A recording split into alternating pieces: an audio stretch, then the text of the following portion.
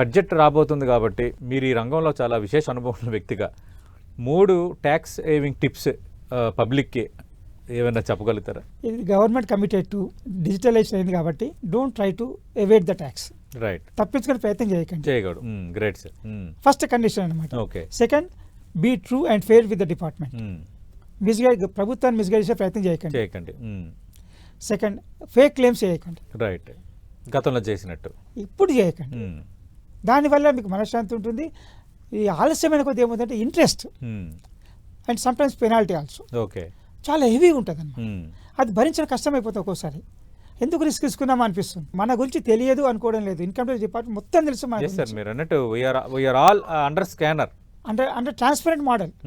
ఇప్పుడు ఇంకోటి income tax department ఏం చేస్తుంటే ఫస్ట్ మనకి ఇన్ఫర్మేషన్ పంపిస్తుంది.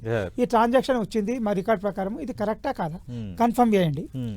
If you agree, say agree. If you don't agree, disagree. Yes. If you disagree, what is the reason, evidence for disagreeing that?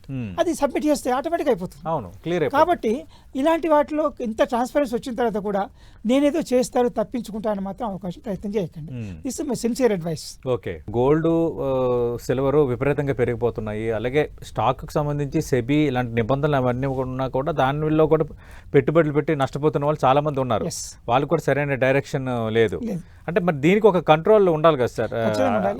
ఒకటి ఏంటంటే మన పర్సనల్గా కూడా మనం ఏం ఆలోచించాలంటే, ఎవరు ఆఫర్ ఇస్తారు, నేను 1 year 100% ఇస్తాను, 2 years 100% ఇస్తాను, అలాంటి వాళ్ళని చూసి పెట్టకూడదు. రైట్. బట్ మీరు ఎవరితో ఇన్వెస్ట్ చేస్తుంటారో సెబీ రిజిస్టర్డా కాదా అని చూడాలి.